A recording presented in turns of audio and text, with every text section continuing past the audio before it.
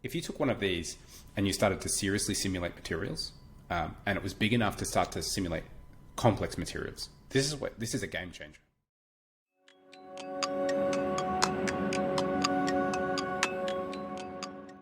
Okay, so hello and welcome to the Wiser Tomorrow podcast. Today I'm here with Dr. David Broadway. David received his PhD in physics from the University of Melbourne in Australia and is now a postdoctoral researcher at the University of Basel in Switzerland. In addition to his academic work, David runs his YouTube channel, Science Discussed, where he covers scientific news and topics in a fun and interesting way. So again, David, thanks so much for coming on, and it's a pleasure to get the chance to speak with you. Thanks for having me. Yeah, of course. If you might be able to provide more of a detailed explanation of your background, how you got into science, how you started studying physics, that would be great.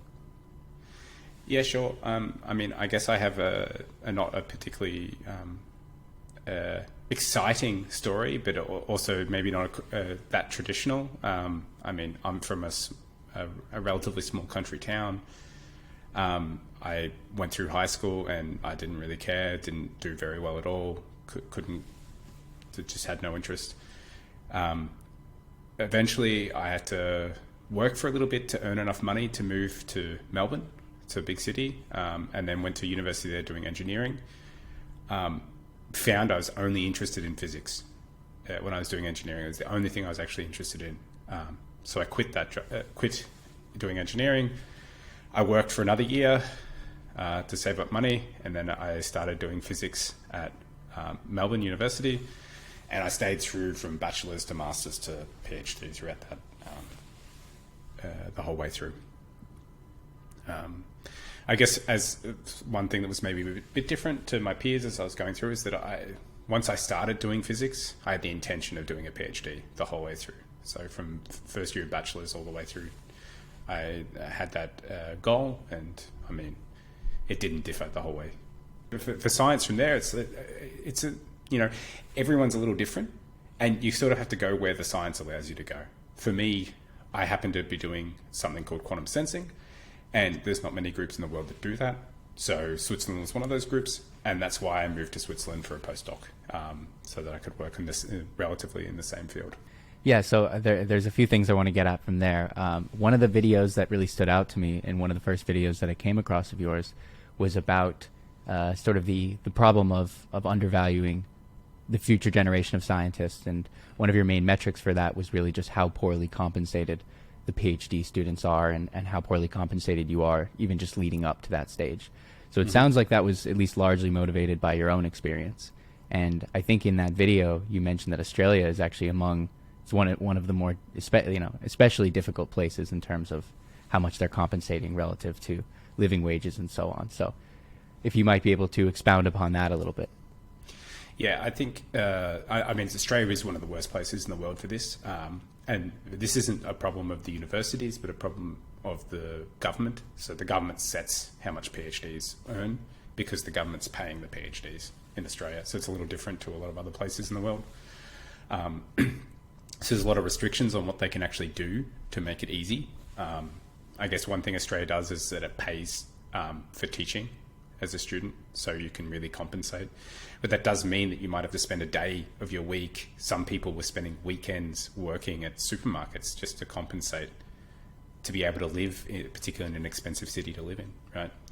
And I think when COVID hit, we were seeing this in the US where people were dropping below the poverty line in certain states quite dramatically. In the UK, it was awful. Some of these people are making massive breakthroughs that could really change all of our lives, and we pay them less than you earn stocking shelves at a supermarket. I was stocking shelves at a supermarket during my master's and during my undergraduate, and when I stopped doing that, I started earning less money on my PhD. And it's ridiculous. The quality of my work / the effort that I have to put in and the qualifications required to do it is so much higher for a PhD, but it's just not valued. And I think we will start to regret this in the long run, for sure. No, 100%. And one of the opposite cases that you cited is Germany, where they're actually making pretty competitive wages. And I don't know if is it because, are they also being paid by the government? Is that something the government sets, and that's why they're able to make that happen? Or how much do you know about that? To be honest, I actually don't know who's paying it in Yeah, Germany. no worries. I know in Switzerland it's very similar. They earn quite a lot comparative to postdocs and comparative to the poverty line, which is a weird metric when we start to talk about relative to the poverty line. I mean, that's very strange, but Yes. in Switzerland it's also paid quite well. But in France, it's sort of not. It's I know some people living in Paris on a PhD stipend, and it's almost impossible to live. The rent alone is almost all of it. So luckily, baguettes are really cheap in Paris. Otherwise, they wouldn't eat. I think there's lots of places in the world that have it better, but none that have it great. I wonder, so do you think most of the people, like you said, one of the concerns is that we go back to a system where science is sort of a hobby for the wealthy. And I would agree that that's a scary reality to consider. Are you, just from your own experience talking to other PhD students and postdocs and so on, are most of these people seemingly working on the side as well, or are we starting to see that most of these people are coming from a wealthy background and have the means to support themselves otherwise? It's a good question.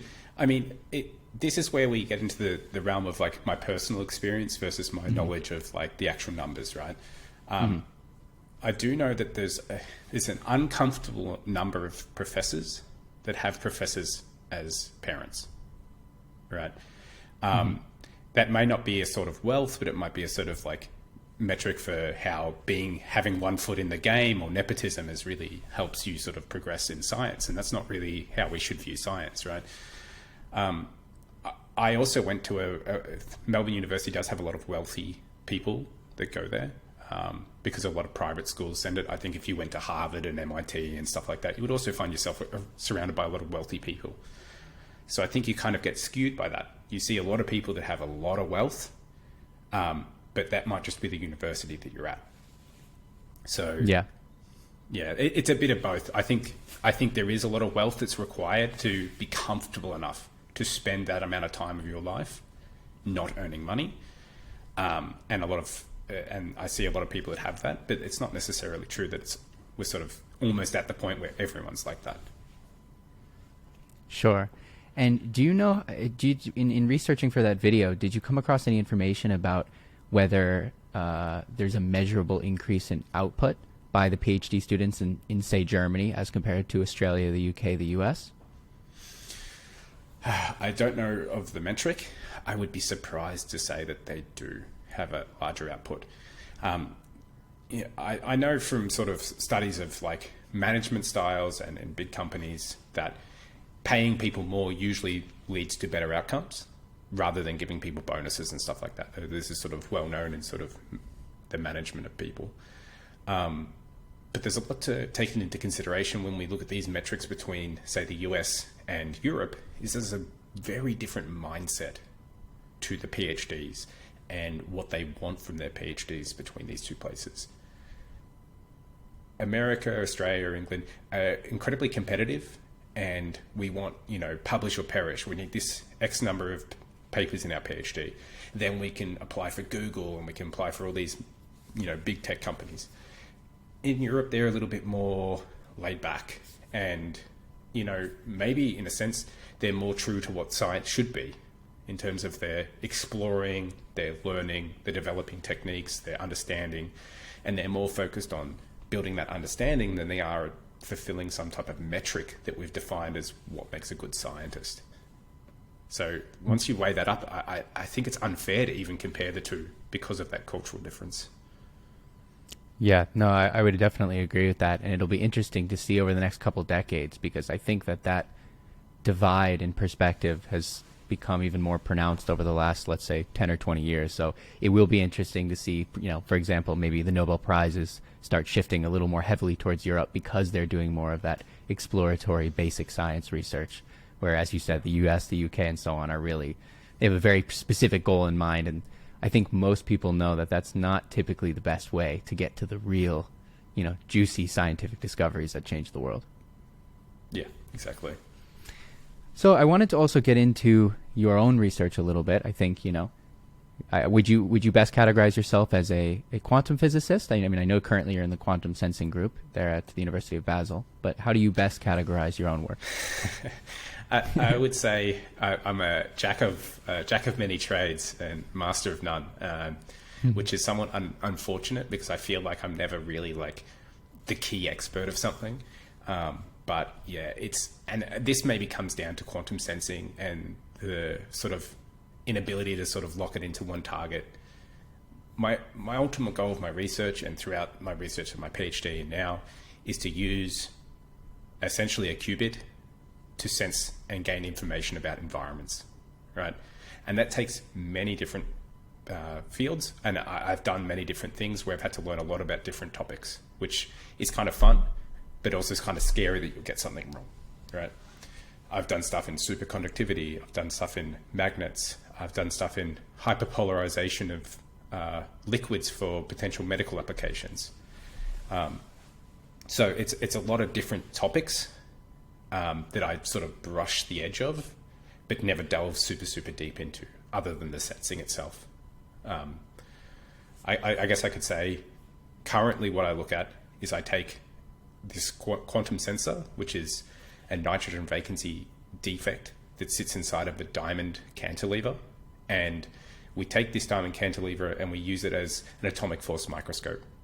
So we can scan this across and we can sort of measure the height of a sample, but at the same time we can measure magnetic fields that come from the sample through this qubit, right?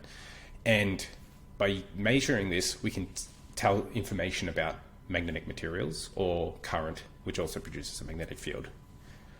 Predominantly, I'm looking at two-dimensional magnetic materials. So this is something that we only discovered in 2017. Similar to graphene, we only discovered very recently as well. But now we have a whole new class of these, which are magnetic materials. And these hold a lot of promise for technological applications. But they're so poorly understood that we need to fundamentally see what they do. I think there's a lot of promise for these. So for instance, you could think of Moore's law, right? Our processors should be getting double as good all the time, but they've stopped. And they've stopped because the main way that we're sort of making our computers better is by making the transformers smaller. Eventually run into a limit where we either have thermal problems, where we just are putting too much heat in, we can't get enough heat out, or we run into quantum mechanics, right? We're very close to getting to that quantum mechanical limit, where we have to start using quantum mechanics rather than using classical mechanics to actually use a transformer, right? The other problem is the thermal. If you went back into the early 2000s, you built a computer and you wanted the computer to be faster, you just turned up the hertz on your processor, right? But you always knew that everything gets really hot when you do that. So we haven't really improved this frequency for a very, very long period of time. And the reason is there's just too much heating from current flowing through materials. And an alternative to having current flowing through them is magnetization. So you use spins, which is what produces the magnetization of materials, and you use spins to carry that information. And this has a lot less energy, therefore produces less heat, and has a lot of potential applications. There's alternatives, room temperature superconductors, or there's topological insulators. But the point is that these materials might be really beneficial, but we just have to understand them first to see whether they could be useful. And then from there, we can start to look at applications. What are some of the 2D magnetic materials that are of the most interest at the moment? So there's a group of materials that sort of looks like graphene. These chromium trihalides. So it's a chromium atom with iodine or bromide or chlorine. And these are quite nice because they exfoliate very easily. So you can imagine, just like graphene with the Scotch tape method, that's how most people still make two-dimensional materials. It's more sophisticated, but that's how we do it. The problem with magnets is they're super sensitive to the air. You take them into the air, they're dead. Sometimes in seconds. So there's a lot of effort that has to go into encapsulating them and building these structures to sort of airtight them so that we can take them from wherever we've made this structure and then cool it down. with that being said, cooling these structures down, they may only be magnetic at, say, 10 Kelvin or 20 Kelvin. That's not very useful, right? And that's where a lot of these two-dimensional materials are. Very, very, very cold. So they're not that exciting. There are some other materials. Chrome sulfur bromide's one. There's a whole list that have similar structure to that have much higher critical temperatures and potentially exfoliate much easier, so that we could think about maybe scaling up manufacturing of these things. But they're still also in their infancy. Some of these have only been discovered for 2 years or 3 years, right? It's such a open field that we don't even have any idea how many magnets we'll find. There's people that their full research is developing machine learning codes to sort of try to identify what could be magnetic as a two-dimensional material, right? Because there's just thousands of potential materials and we've got no idea what the properties might be. So it's a bit pot luck at the moment, but eventually we'll sort of narrow this down and it won't be so much pot luck, and we'll be able to figure out what material quality do we want, and we simulate it, and then we find that material and we make that material. And then that's when we start to get into something that's far more interesting scientifically. It's fascinating, and the whole space of studying 2D materials for quantum computing applications and otherwise seems to be taking chemistry, physics, material science by storm in every respect. It's really amazing, some of the stuff that's going on. But do you see this as a lot of what these materials might offer to quantum computing? What's your take on what technology, very generally speaking, will likely reign supreme? Because I know that each different company, if you look at IBM, or I know there's a group out of China that's made some serious progress with just, I think it's purely photonic. Do you have any sense of what you might expect will be the first technology to reach? I mean, I suppose we have we reached quantum supremacy with some of these systems already? Not meaningfully, right? Yeah, not meaningfully. That's the right answer. Yeah, Google claimed it made quantum supremacy, and then IBM came back and said, no, you haven't. And there was this whole who did that. I'm not in quantum computing, but I worked in a group that half the group did quantum computing, and my feeling from those experts in that field is that they didn't really think it was quantum supremacy because it wasn't meaningful. I think the answer is there's going to be a lot of different technologies. Photonic quantum computing has its use cases. It's probably, at least in the short term, very easily scalable, but can't do all the problems that we want. You then have these flux quantum qubits. So these are little loops of superconducting material that has a weak leak in it, and this becomes a quantum bit. And this is the type of thing that Google and IBM and stuff are majoritively using. They have a mixture of different technologies depending on which quantum machine you're looking at. The power of this one is it's easy to produce. And then it's easy to sort of scale up on a small scale. The problem comes when we start to talk about really quantum computing that will solve or change the way we live in the world, right? At the moment we talk about, Google has 170 qubits. I don't know the exact number, but it's something along those lines, right? 170 qubits is nothing, right? If we want a fault-tolerant quantum computer, depending on what algorithm you want to actually use, we're potentially talking about hundreds of thousands of qubits, which might translate to something like a couple of thousand logical qubits.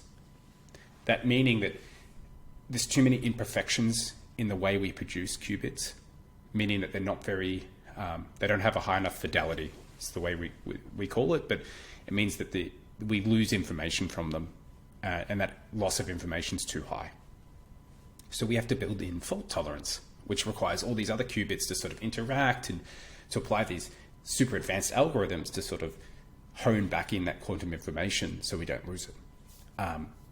That's where we start to get to thousands of qubits, physical qubits, to produce one logical qubit, and then requiring thousands of logical qubits to do an actual proper simulation of something, right? So on that side, I think we're still quite far away from seeing like a universal quantum computer. But on the other side of quantum simulations, I think we're actually already close. where we sort of start to construct something that's a facsimile of what we want as a quantum computer, and we run simulations on that. There's a group in Australia that's done this analog quantum computing device where they can simulate a current flow through a certain molecule. They didn't solve anything. We already knew everything about this device, but they showed that it's possible. And I think in the coming years, we're going to see a lot of that. These sort of small scale quantum simulations of materials that sort of give us insight that we would be really difficult to get otherwise.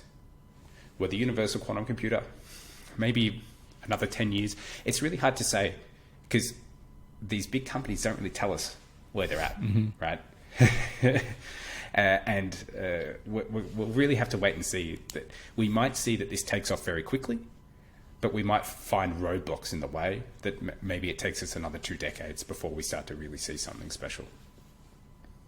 Yeah, I would agree. And I think it's going to end up looking very similar to how fusion has looked thus far, where we will inch closer and there will be those big breakthroughs. But I think listening to a few experts that come to mind, I think 50 to 100 years is the most optimistic I've heard from the people who are really in the space. And I fear that might still be a little optimistic. But yeah. One thing I find interesting about quantum computing is I think it's just such a hot button issue, and there's been so many videos, there's so many podcasts, there's so many everything really talking about it, and that's great. But I think people have been left with sort of a misunderstanding. Like I've had conversations with people as if, they can't wait to get their M3 MacBook with quantum computing, you know what I mean? Like as if it's going to affect their day-to-day life in that way. So for me, one of the things that I think is most exciting is what it could do for quantum chemistry, quantum physics in terms of modeling, and just even doing something as simple as brute forcing some of these more simple calculations with 3 electrons, and what that can do for drug discovery and all of these different things. So where do you see is the most exciting application whenever the time comes, if it comes at all? What do you most hope it will be applied to promptly? I completely agree. I think it's quantum simulations, quantum chemistry, and quantum materials. I think if you built, so there's something called a surface code where you sort of like encode these qubits into this like 2-dimensional surface essentially, and then you can sort of perform certain tasks on this that are quite advantageous. If you took one of these and you started to seriously simulate materials, and it was big enough to start to simulate complex materials, this is a game changer, right? The way that we do chemistry and material science at the moment involves a lot of us just taking stuff and hoping that it works. We grow a new crystal, or we mix 2 compounds together and we hope we get the right nanocrystals that we want from it, right? The problem with this is that it's super boring and super slow. We're hoping that we find something, and we might not find something, right? And how many PhD students over the years have been burnt out making material after material after material with no end in sight and no progress? It's not viable. But if we can take one of these things and we can just go, okay, today I'm going to simulate this type of material, or this, or this, or this. And some of these materials might not physically be possible to produce, right? There will be a problem that we will probably simulate materials that are impossible to produce and therefore useless, but still maybe physically interesting for the scientists of us. But I think that's going to be the power, because that's when we start to revolutionize a lot of our technology, right? When we start to think, oh, how do I make the next breakthrough in photovoltaic cells, right? What stack of things do I need to produce to get an efficiency much higher than it is right now? How do I create a room temperature superconductor? Now that I understand superconductivity, now I can simulate it. What can I do? This will change so much about the way chemistry and material science is done. I think you'll see whole sides of these departments that are dedicated to machine learning and quantum computing. And I think you're already starting to see this in chemistry, where you had no interest in quantum computing 20 years ago, and now you've got quantum computing people in chemistry departments, right? Because they see how much of an advantage this will make. The next one will be sort of medicine, biology, medicine. This will be another game changer. It will really change the way that we look at drug manufacturing, or solving some of the hardest problems that we have, where we have inherent diseases that we can't we can't find solutions for. Maybe we will find solutions. Maybe we just need a computer that's capable of run so many different iterations on what could fix this that it's not computationally possible right now, but a quantum computer might be able to do it. But those types of problems, that's where we're talking 50, 100 years down the track, where we need a real hardcore universal quantum computer. But these simulations on the small scale might be achievable in the next 10 to 20 years. And I think we're already starting to see some of them now. Just very small scale. Yeah, no, absolutely. And I apologize for anyone listening who may have heard me say this in one way or another, probably every episode of the podcast thus far, but I did my master's in a lab that focused on semiconductor nanocrystals. And what they were an interesting group because they did a little bit of everything. They weren't specifically dedicated to synthesis or spectroscopy or the modeling. They really just kind of had, a subgroup for every aspect of it. But one thing that they were doing sort of related to quantum computing is they were the first group to make nanocrystal molecules. So they would make single nanocrystals and then bind them together and then fuse them into a single continuous nanocrystal. And the idea is that potentially that could be used as the basis for a qubit because you can have an electron that's localized in one core on one side that could tunnel to the other, and there's a lot of quantum information technology potential there. But the point is, going back to what you were saying, I saw the frustration that you just described. I mean, doing that requires, the synthesis, just to go through every stage of the process and take aliquots and confirm that everything's looking correct. It's about a week. And then it could be as simple as you finish up and there's something wrong with the synthesis, or for whatever reason you're limited on the spectroscopy side and so on. So yeah, I think anyone who hasn't seen that process in full doesn't fully understand just what having these simulations at our fingertips could do. Yeah. Unbelievable potential. But I suppose the flip side of things that people, I think this is more talked about just because it's better for clicks and so on, is that there are also a lot of dangers posed by a lot of the quantum computing. And one example you hear, breaking encryption technologies and, banks instantly become vulnerable and we have no way of sort of protecting information online. So in that sense, what are you most concerned about? In terms of cryptography, I'm not concerned at all. Sure. I've zero concern. I can tell you this. If there's one thing banks are good at, it is protecting themselves from these types of things. I know banks in Australia are paying quantum computer experts to work on these type of problems. They are funding quantum research. I think we don't have to worry about cryptography. And I think cryptography in many senses is we just have to add a lot more digits or modify it in some way, and then it fixes it. We've had this problem so many times. So we're like, computers are getting too strong. Add a couple more digits, we'll be okay. For me, it's like if someone's going to use a quantum computer to break into all of my stuff, that's going to suck. But it would also be really weird if someone to go to the effort of building a quantum computer to do that, and all the expertise and everything, right? And I think governments know this, and they can fix a lot of these problems. So I'm not worried too much. This being said, I think there is real concerns with machine learning and artificial intelligence and quantum computers, and the combination of all these sort of produce a very negative effect on our society in many different ways. It is concerning, not in the sense of like some Terminator sort of bleak future like that, but it's concerning in the way that countries might interact with each other using these types of technologies. And I think in a sense of also destroying the way that our society sort of interacts with many of these things. I guess a really good example that's like sort of in the zeitgeist at the moment is this AI art, right? Which is like stealing art from local artists and then reproducing it, and who owns that and how does that go on? And I think you start to see in that space, it clearly has to be some sort of like government control over what's allowed and what's not allowed, right, in that space. I wouldn't be surprised if we started to see eventually something similar for quantum computing, where certain things are just not allowed to be researched. I don't know what those things could be, because again, I'm not too concerned about the cryptography. I think there's many ways that we can get around it, and it's just so much work that I think it won't be worth it. But I could imagine positions where governments or beyond that sort of all agree that we're just not going to pursue this type of level of research for various reasons. I don't know what they could be. You could really worry about, like, in the worst case, designing drugs or, say, bioweapons that targeted certain subsections of the population, right? You really think about, like, the worst possible case scenarios of people trying to design horrendous weapons by using the power of quantum computing to design them to attack a certain gene, right? Or a certain race or something like that. This would be unimaginably horrible, right? Mm-hmm.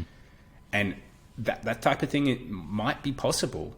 And I think there's already bans on a lot of these things.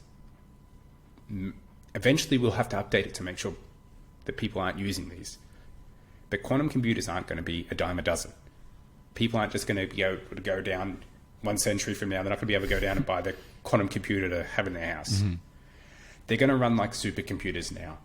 They'll be in institutes, they'll be in companies, and you'll pay to use them. And you'll pay to put certain things on there. And I doubt they're going to let you put in things that design certain types of drugs. Right. That's where I think there will be a lot of control over this, and I don't think it's going to be that big of a deal. But that to be said, we shouldn't neglect thinking about it as a society, as we do progress in this technology, as any technology, really. No, definitely. And one thing that jumps out at me is just, on a long enough timeline, let's say it's developed even conservatively, 250 years, we have the type of technology that you're alluding to. On a long enough timeline, there are going to be nation states, because I agree. I think the issue isn't the rogue hacker who's somehow gotten access. I think it's governments who are misusing this technology. I mean, obviously, in the current situation, like, the idea of the CCP having access to all this technology is pretty scary, because even if the world comes together and says, let's agree to not do certain things, at the end of the day, there's an element of trust. And whether or not it's China or North Korea or whatever, pick your boogeyman for the moment, or whatever the boogeyman might be in the future, there's always that chance that somebody's going to not listen. And we're essentially in a quantum arms race. So, I guess we'll find out. Yeah. It's not my largest concern, but I think there's other technologies that supersede that, like nuclear weapons. Yeah, 100%. 100%. No, yeah, that's the thing. It's a balance, right? Because there are fears, but I would argue it's far more exciting, and there's much more reason to look forward to it coming into our world than to fear it. Especially why we have nukes still far too commonplace. So speaking of, and I wanted to cover at least one more hot button scientific issue, which is fusion. And one thing I saw on your channel that I found interesting, and I hope you found satisfying, is that I think, at least from the time of this recording, 3 months ago, you made a video about fusion, and I think only, what was it, a month and a half, there was the big breakthrough. So it seems like you had your finger on the pulse of that situation. So if you could very briefly, just, I'm sure anyone listening is at least broadly familiar, but if you could just give a long story short of what fusion is, why we should be excited, and then kind of briefly cover what this breakthrough is all about. Yeah, right. So there's two types of energy generation, or in this case, bomb manufacturing from using nuclei, right? There's fusion and fission. Fission is where you take a really large atom, which is in this case often uranium or plutonium or something like that, and you break it apart. And what ends up happening is that the binding energy of the smaller atom is higher, so you end up releasing energy as you split this apart. And that's how our normal nuclear power stations work, right? That's all the Chernobyl, all that sort of stuff. They produce a lot of heat. They have cascades of interactions because they inherently rely on these neutrons jumping around, and then they go out of hand. They produce radioactive waste because they work through radioactivity, right? That's the whole point of them. But they have a lot of power. They can generate a lot of power. The alternative is fusion. And this is where you take very light atoms. In this case, it's normally just hydrogen or isotopes of hydrogen, tritium and deuterium. It could be other elements, but for the moment, I think we focus on the ones that have the highest potential. And we want to push these two atoms together. And when they form together, once they overcome the energy required to do so, they then release even more energy than fission, significantly more. Now, we've been able to do this for a long time. Doing fusion's no problem. You could buy the stuff and do it in your backyard. It's expensive, but you could do it, right? It's not that difficult. What's difficult is to actually produce energy from it. Fusion happens in the stars, and it requires immense heat, hundreds of millions of Kelvin. And in the stars, it also has the benefit of a heap of pressure from the gravity of the star.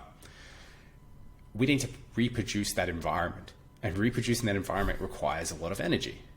Once you get going, particularly if you have a large amount of it, it will be self-sufficient and it will keep going. The problem is that to get to that point on Earth, where we don't melt everything around it, is really, really difficult. And that's why we have lots of devices where we have sort of this magnetic confinement, or in this case of the breakthrough, you have this sort of laser inertial confinement of the material, so that in the crux of it, no matter what it is, it's heating it up in a way where it can't touch the walls of the container, and then either heating it up so much that it fuses, or also pushing it together so that you increase the pressure. Eventually, it overcomes the energy of the repulsion of the atoms, fuse, and the energy is produced. So this is great. Eventually, we get to some break-even point. I've also made a video about the break-even point, but that was reached. It is cool. It's really cool that they produced it, and this is a really major breakthrough. But one thing I think people need to remember is this is not energy generation yet.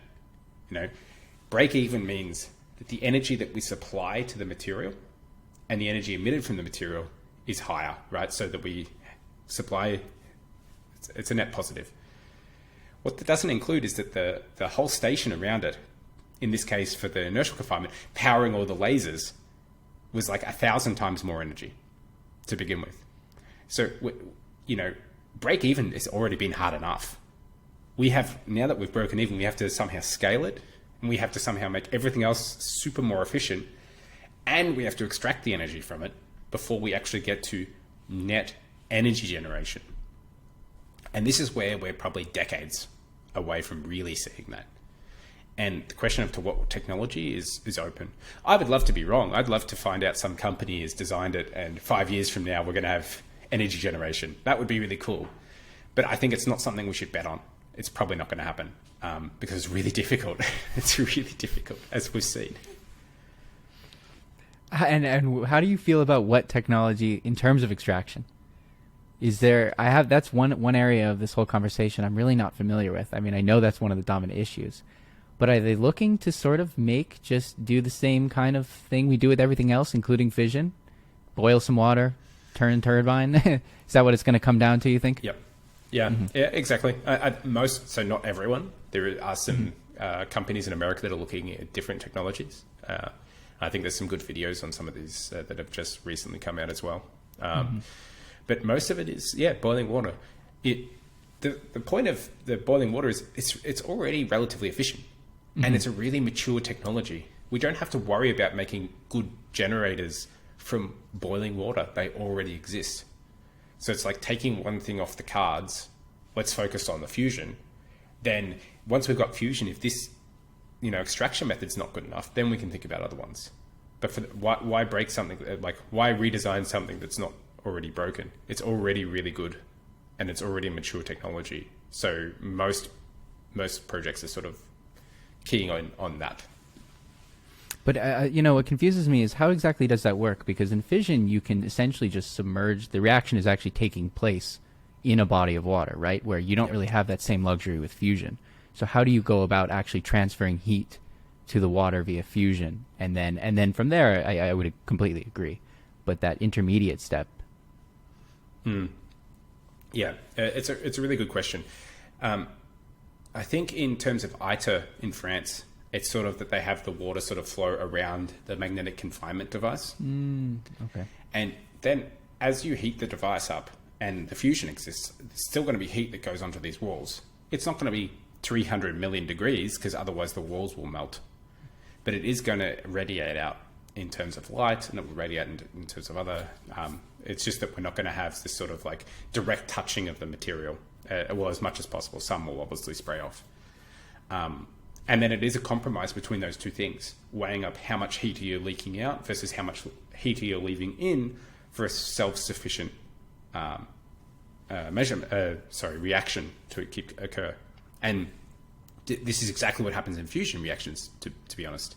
They're constantly putting up and down these rods to sort of slow down or accelerate the reaction of these fission, right? So it's a balance of how much heat am I taking out, how much more fuel am I adding in to continue the reaction, and it's a combination of these two things. Because the technology is sort of still focused so much on the fusion, I think there's not a lot of conversation about that. I think the conversation will probably turn in the next decade or two, but for the moment, I think that's mostly, can we get anything that's even close to a self-sustaining fusion reaction? Yeah, for sure. I suppose in the grand scheme of things, that's a much more trivial sort of engineering problem compared to just achieving fusion as efficiently as possible to begin with. So, yeah. But it is interesting because the more you think about it, like there is really a seemingly endless list of engineering challenges that quickly arise. So I would agree. 50 to 100 years, very optimistic. We'll see. But it would be cool if we could catch it in our lifetime. Maybe we'll get lucky. I hope so. So I also wanted to talk about, you're a YouTuber, right?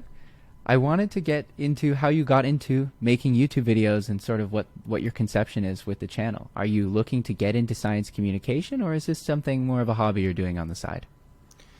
Yeah, so I guess I wouldn't really refer to myself as a YouTuber. Mm-hmm. I think I'm a researcher, I'm a scientist, and I just happen to make YouTube videos at the moment. For me, there was a couple of motivations as to why I started a YouTube channel. The first was during COVID, I was sitting at home in isolation, and I was seeing all of this social media, YouTube, TikTok, or everything that was spreading disinformation. And these people were getting super popular, and their message was spreading incredibly wide. And it was frustrating the hell out of me, sitting at home just going, why are people listening to these idiots? It's so infuriating as a scientist to listen to this. And then I had to think to myself, wait, I'm a scientist. I may not have any knowledge about, vaccines, but I'm a scientist. And I'm not spreading any information. Joe Blow with a camera in, nowhere is telling us how we shouldn't be having vaccines because they'll kill us. But me as a highly qualified scientist isn't having any voice. And I said, why? Maybe I should. Maybe in the long run I shouldn't. Maybe I'm not a very good communicator. Maybe I can't continue to have a good message, or I can't convey science in an interesting enough way. That's also possible. But maybe I should try to be part of the solution rather than sitting and complaining about the state of affairs. The other reason was I felt like I was becoming very insular. I knew a lot about my field and fields that were related to my topic. But I think we've all been to a university and we've spoken to a professor, and we've just seen the wealth of knowledge they have about seemingly every topic. Some professor comes to give a talk from a different university and they're asking the right questions. And you're like, how do you know about this topic? It's so foreign from what you do, yet you know enough to ask really good questions about this. And I just felt to myself, when will I be there? When will I be a person that can actually, understand enough to ask good questions? Because I can ask good questions about my field, but maybe not others. Most of the time you're sitting in these lectures and you're going, I don't feel confident enough to ask a question because I don't know enough to ask a question, right? And part of this was for me to actually force myself to read papers, to read articles about science that's not my science, right? I'm not a particle physicist, but I read about particle physics. I read about astrophysics. I read about material science. To a lesser extent, I read about quantum mechanics, but maybe you could argue that's close enough to my field. And this forces me to broaden the breadth of my knowledge and how I view science. And rather than just narrow down as you do in academia, where you just get narrower, I forced myself to open up a little bit and see the broader extent of majoritively still physics, but broader what's going on in the science community. Mm-hmm. And I see, but it does go, much broader, because, for example, one video that comes to mind is economics a science? So I suppose it's also just to make, which I saw got a little pushback from people. But yeah, go ahead. Sorry. Well, the other part is sometimes I'm just interested. You know, I'm sitting at the lunch table and we argue about something. You know, some question. You know, is economics a science? Or the grant writing, the funding of science. You know, what's the problems with the funding of science? We argue about it at the table, and then I go away and I think, a good question. And then I make a video about it because I want to know the answer myself. I'm interested. Someone asked, is economics a science? And I didn't know the answer. I said, maybe. I'm not quite sure. The answer is probably still maybe. I'm not quite sure. But the idea is that if I have questions that I think are interesting, maybe other people will find them interesting. It turns out most of the time that's not true. Most of the time people want sort of more clickbaity or fancy titles that have quantum in them or particle physics, right? But I still want to make some of the videos about topics that I find interesting or topics that I think people should listen about, where it is the undervaluing of students, because I think that's important. And maybe I don't have much reach. Maybe there's not a lot of people that watch that, but maybe some people watch it and think about it. And maybe those people might actually be capable of changing that scenario at one point in their lives. But maybe not. Maybe it's just something that's interesting to some people and they'll enjoy it in that sense. Yeah, I think it's really important that people like yourself and a few other people I've had the chance to speak to recently are making this type of content. And I think part of, our standards are so perverted on YouTube and social media nowadays where, I had the same thought as you. I was going through your videos and, I think some of the Nobel Prize video is one of the videos that performed best of yours from covering Nobel Prize from 2022 and a few other, like you said, fusion, quantum computing, all of these things. But then some of your most important videos, like the one about funding and like the one about valuing scientists, performed, relatively speaking, nowhere near as well. And that's what I would love to see, getting that sort of reaction. But point being, there's still hundreds to thousands of views and, dozens to hundreds of comments. I mean, that's still fantastic. So I think a lot of people they go, it doesn't, it didn't get 150,000. But I mean, 2,000 views and 100 comments is still making a serious impact. Yeah, it is. And I think it sparks a greater conversation that maybe goes beyond the confounds of watching the video. Some of those people might have discussed it at their workplace or in their institute. I know some of those videos were posted on Reddit, and there was also hundreds of comments on there where people were discussing it. Starting sometimes difficult conversations about problems that we have, but articulated in a way where we're just not complaining, but we're really framing what the problem is and maybe how we can solve the problem, which is hard. Sometimes it really requires work from governments, but thinking about it in that fashion helps, right? Because I think we all fall into the sort of problem of where we sort of think we know enough about a topic, or we're saying, this is a problem, but we don't actually know how much of a problem it is. Why is this a problem? And we all fall into the trap of sort of like forming our own opinion that's not based on evidence, but based on our sort of gut feeling. And it's these topics that are often the most important, where we need to really discuss it analytically, because we want a solution. It's not like we're sitting here going, students are undervalued, who cares? Women are underrepresented in science, who cares? No one's saying that. And if they are, they can get out. We don't want those people around. Yeah, sure. The question is, how can we fix the problem? What is the best way we can fix the problem? And the answers are probably incredibly complicated and nuanced and have a lot of issues to resolve. But the first step is actually understanding what the problem is to begin with. Because if you can't understand the problem, and if you don't have the willingness to listen to people that are experts or read what people are saying that are experts, then how are you ever going to know how to solve the problem if you don't understand the problem? Absolutely. And as I've said, I've spoken to so many people in similar positions to yourself about this issue. And I've said this in previous episodes, but what strikes me is the most startling fact about all of this is everybody's on the same page. Anyone you talk to, a PhD student in any scientific discipline, a postdoc, professor, so on, you really won't find somebody who's hitting you with some curveball opinion. Everyone knows the problem. Everybody wants to see the same outcome, yet nothing. The barriers are just that tall and that powerful. So, and then you ask the question, what can you do to provoke this type of change? And it's very, as you said, it's very difficult, and I certainly don't claim to have the answer, but one thing for sure is more people making content and just popularizing these concepts and engaging in conversation, whether it's interpersonally or online or so forth. So I've recently, maybe it's just my own bias now that I'm trying to put some stuff out there online, but I've seen so many new creators who are focused on addressing this type of topic that I've been thinking about it for a while. What could be done to sort of get together and build a network of people who are in these positions to actually try and petition some sort of change? But again, talk about a difficult problem with everybody spread around the world and so many different, so many different opinions. But it's an interesting but frustrating challenge. Very much so. And I think you see that. That's why there's so many more people that are coming out, that we're all frustrated. And we all want to be part of the solution rather than sitting back complaining in our armchairs.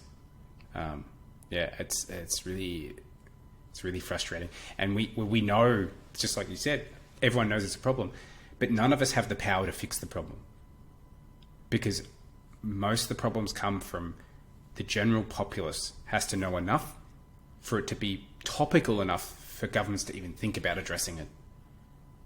If it's not topical enough, it's not there. Why is science funding in the world going down in most of the places? Because the general populace doesn't care about science funding. They care about hospitals, or they care about, tax breaks. And it's fair enough, because that's what's affecting their lives on a day-to-day basis. It's our job as scientists to try to twist that narrative back to where it was when we had the space race, where people are seeing science as being useful to their day-to-day lives and something we should value and something they should care about in such a way that politicians care about it. At the moment, it's not even discussed in most countries. When was the last time you saw a presidential candidate discuss how much money they were going to spend on science? Maybe how much money they're going to give to NASA because NASA's cool enough to be in the zeitgeist, but nothing else, right? And that's a failure on us as scientists for not communicating that well enough. But ultimately, we're not communicators. We're not trained to be communicators. We're trained to write papers and give, awkward speeches at conferences, right? We're not communicators. We're not trained to be good communicators. And being a good communicator seems to be getting harder over time, because you need to have so many more skills just to get your message across or get it in front of people. But it's got to start somewhere. Some people have to start engaging in this.